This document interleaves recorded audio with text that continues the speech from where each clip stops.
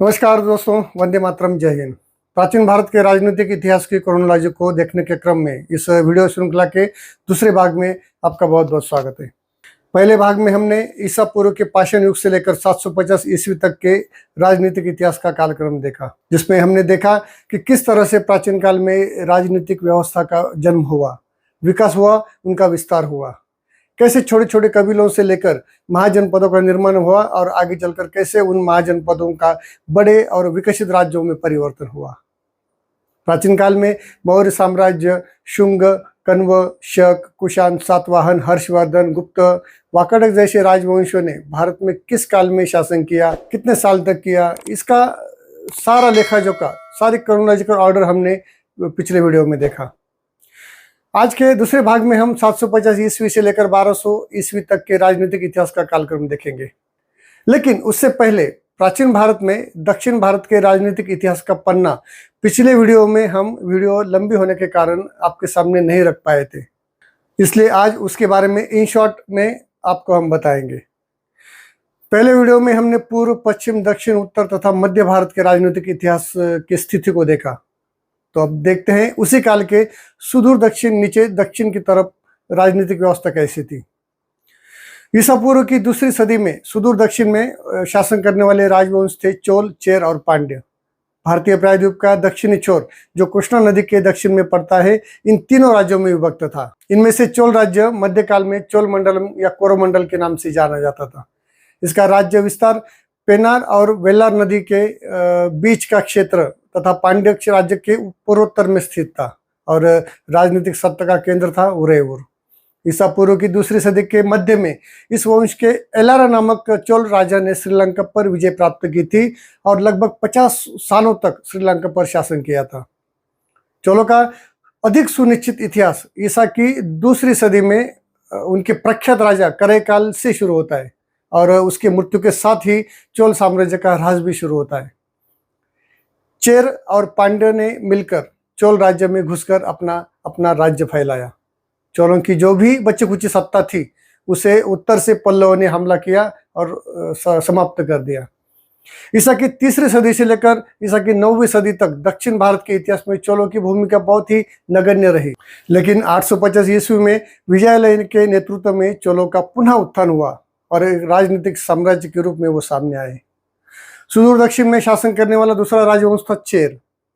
Chair राज्य की स्थापना उदयनजरल ने की थी। इस राज्य को केरल भी कहा जाता है। चेर राज्य का क्षेत्र पांड्य राज्य के पश्चिम और उत्तर में स्थित था। ईसा की आरंभिक सदियों में चेर क्षेत्र का महत्व उतना ही था जितना चोल और पांड्यों का।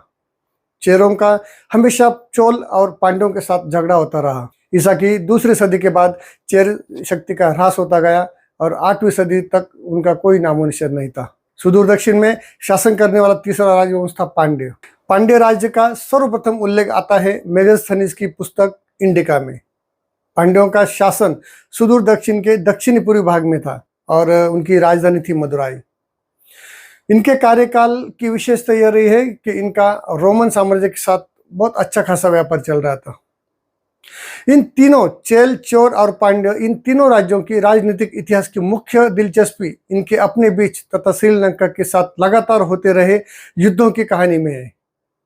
तो आज के वीडियो में प्राचीन काल के राजनीतिक इतिहास पर इतना ही। तो आगे चलते हैं पूर्व मध्यकाल की ओर, जो शुरू होता है 750 ईस्वी से लेकर 1200 ईस्वी तक। इस काल को पूर्व मध्य काल भी कहा जाता है या उसे प्राचीन काल और मध्यकाल के बीच का संक्रमण काल भी कहा जा सकता है, ट्रांसफॉर्मेशन पीरियड। दोस्तों, आप जो वीडियो देख रहे हैं मेरा, इसके लिए मैं बहुत आभारी हूं।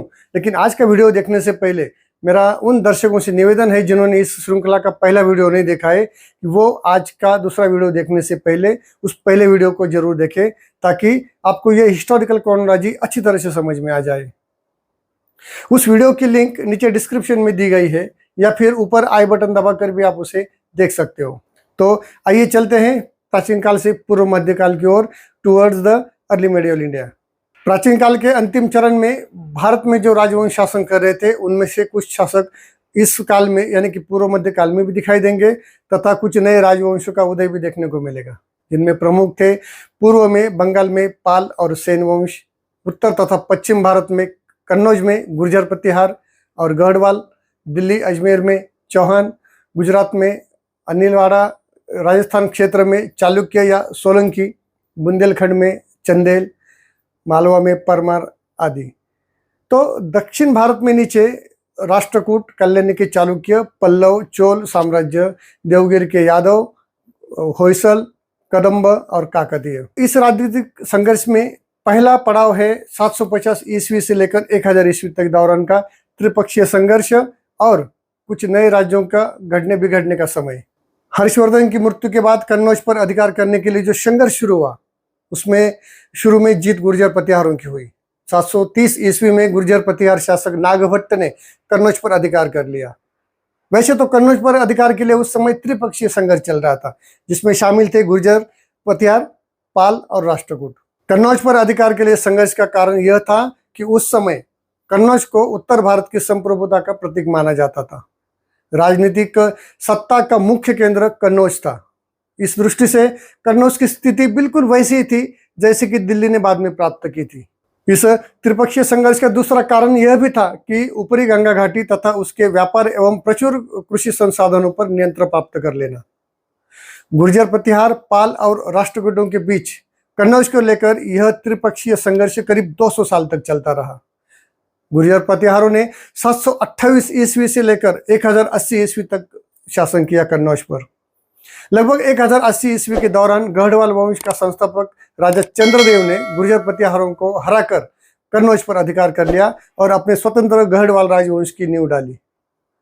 वैसे तो प्रतिहारों को मोहम्मद गजनी ने पहले ही कमजोर बना दिया था, इसलिए प्रतिहारों को हराना गढ़वालों के लिए थोड़ा आसान हो गया। गढ़वाल वंश का अंतिम शासक था जयचंद, जिसे 1194 ईस्वी में चंदावर की लड़ाई में मोहम्मद घोरी ने हरा दिया था और युद्ध के मैदान में उसे मौत के घाट उतार दिया था। और इसी के साथ गढ़वाल वंश का अंत हुआ। इस त्रिपक्षीय संघर्ष का दूसरा घटक था पाल वंश। पाल वंश बंगाल में शासन करता था, जिसकी स्थापना 750 ईस्वी में गोपाल ने की थी। उसके अनेक उत्तराधिकारियों में से एक था महिपाल प्रथम, जिसे पाल वंश का दूसरा संस्थापक भी माना जाता है, क्योंकि पालों की घटती हुई शक्ति को उसने अपने शासनकाल में फिर से शक्तिशाली बनाया था। उसने 988 ईस्वी से 1038 ईस्वी तक बंगाल पर लंबे समय तक शासन किया था। गोविंद पाल इस पाल वंश का अंतिम शासक था। बौद्ध धर्म को मानने वाले इन पाल शासकों ने बंगाल पर 750 ईस्वी से लेकर 1162 ईस्वी तक करीब 400 साल तक शासन किया था, जो अपने आप में एक बड़ी बात है, एक बड़ी उपलब्धि है, क्योंकि प्राचीन भारत में बहुत ही कम राजवंश ऐसे थे जिन्होंने इतने लंबे समय तक शासन किया। 1162 ईस्वी में पाल साम्राज्य में विद्रोह होना शुरू हुए। सेन शासकों ने इसका फायदा उठाया और बंगाल पर अधिकार कर लिया। पालों के पतन के बाद बंगाल सेन वंश के हाथ में चला गया। सेन वंश की स्थापना 1090 ईस्वी में सामंत सेन ने की थी। सेन वंश ने 1202 ईस्वी तक बंगाल पर शासन किया। 1202 ईस्वी में मोहम्मद बिन बख्तियार खलजी ने बंगाल पर अधिकार कर लिया और अपने स्वतंत्र खलजी वंश की नींव डाली या स्वतंत्र खलजी साम्राज्य खड़ा किया।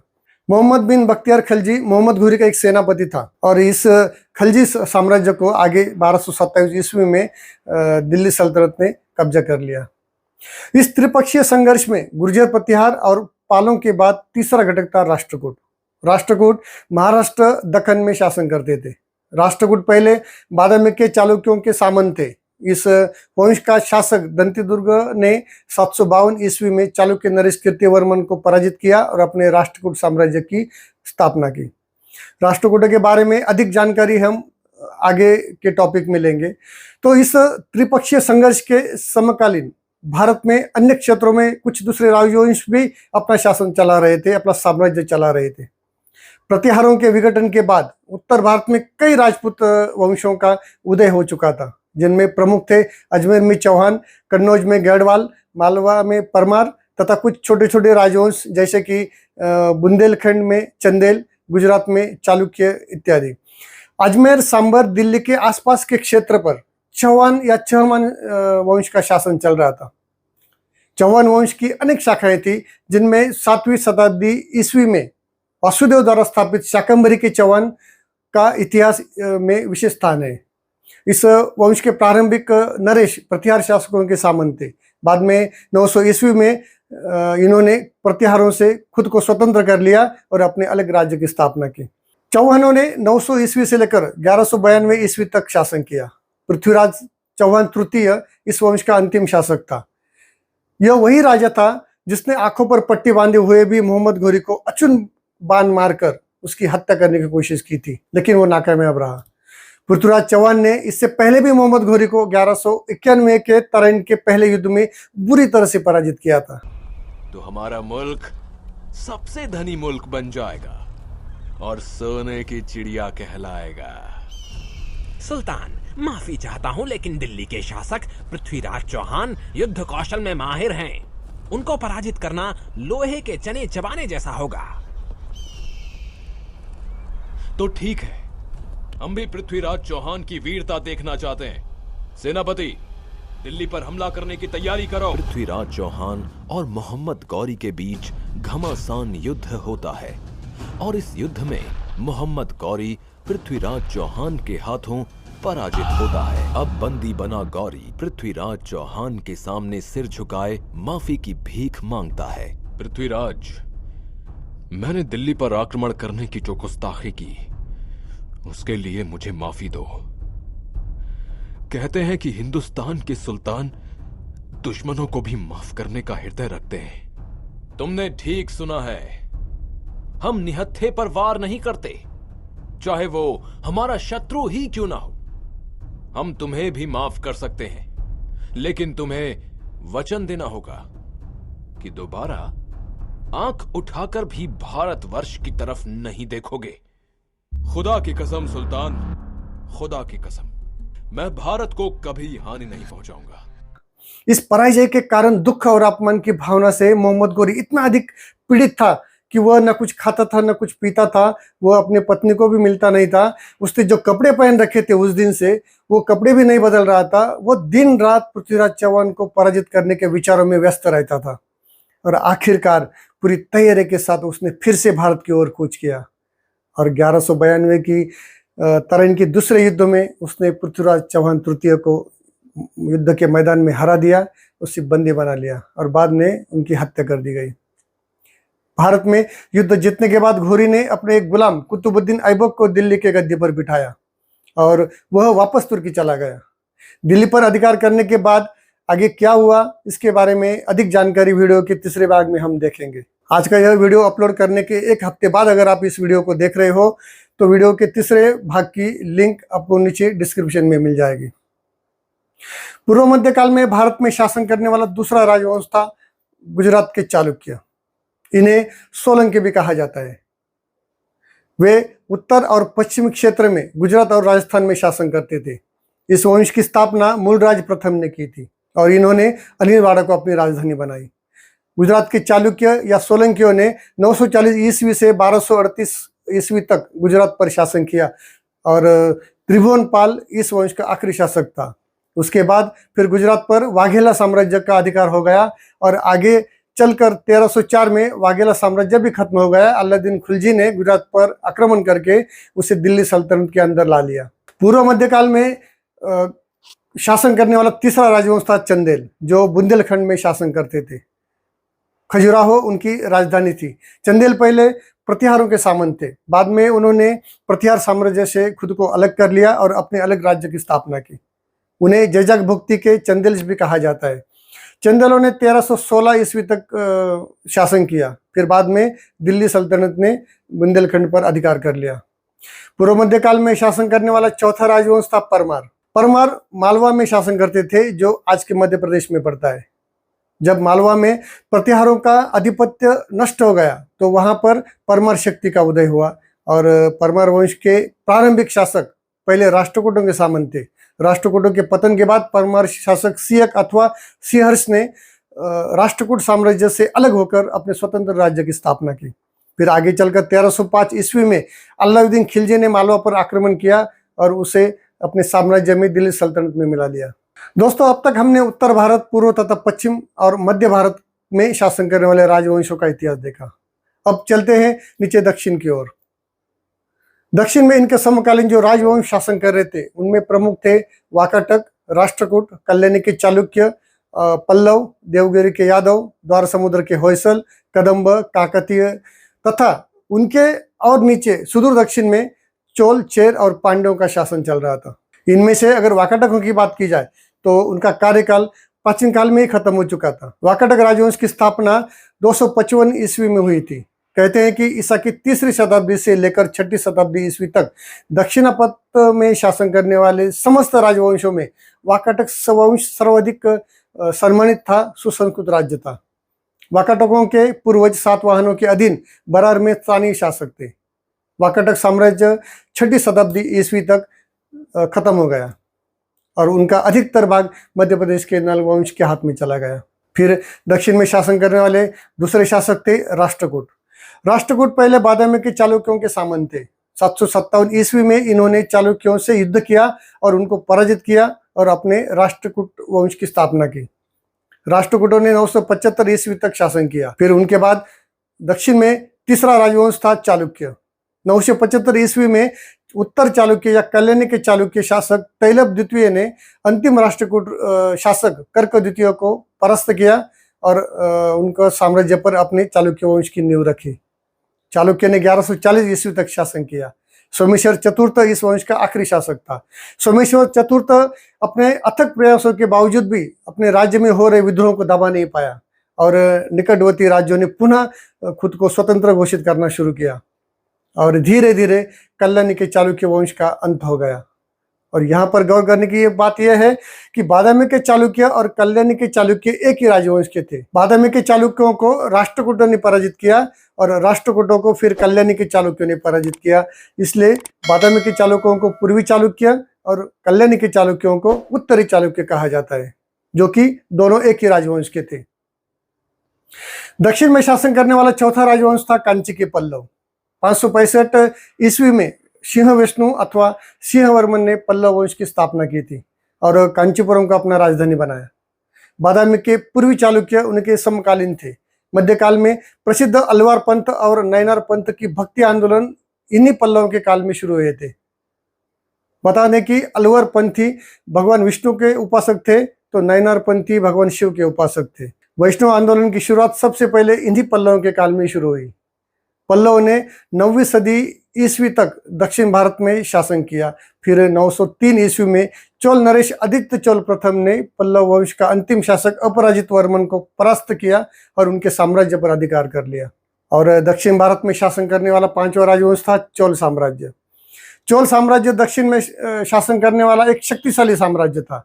यद्यपि चोलों का प्रारंभिक इतिहास एक कबायली शक्ति के रूप में सम्राट अशोक मौर्य के काल तक पीछे जाता है और एक राजनीतिक शक्ति के रूप में इनका अस्तित्व 3री शताब्दी ईस्वी से देखने को मिलता है, जिसके बारे में मैंने वीडियो के शुरुआत में बात की थी।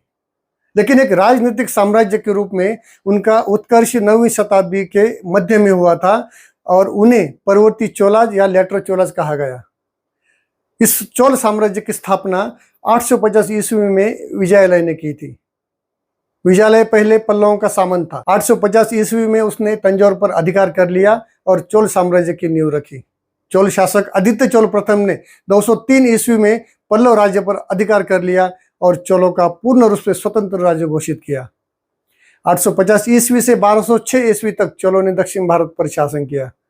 राजेंद्र तृतीय इस वंश का आखिरी शासक था।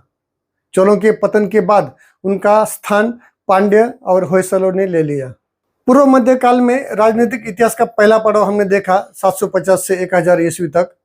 अब इस संघर्ष का दूसरा पड़ाव है 1000 ईस्वी से लेकर 1200 ईस्वी तक। यह काल एक संघर्ष का काल था, जिस काल के दौरान भारत पर विदेशी आक्रमण हुआ और इस आक्रमण के कारण दिल्ली में दिल्ली सल्तनत की स्थापना हुई। कन्नौज, जो अब तक का एक मुख्य केंद्र था, राजनीतिक केंद्र, अब उसका गौरव खत्म हो गया और दिल्ली सत्ता का मुख्य केंद्र बन गया। दिल्ली सल्तनत और मुगल सल्तनत की स्थापना मध्यकालीन भारतीय इतिहास की प्रमुख घटनाओं में से एक घटना है। उसके बारे में चर्चा हम इस वीडियो श्रृंखला के तीसरे भाग में करेंगे।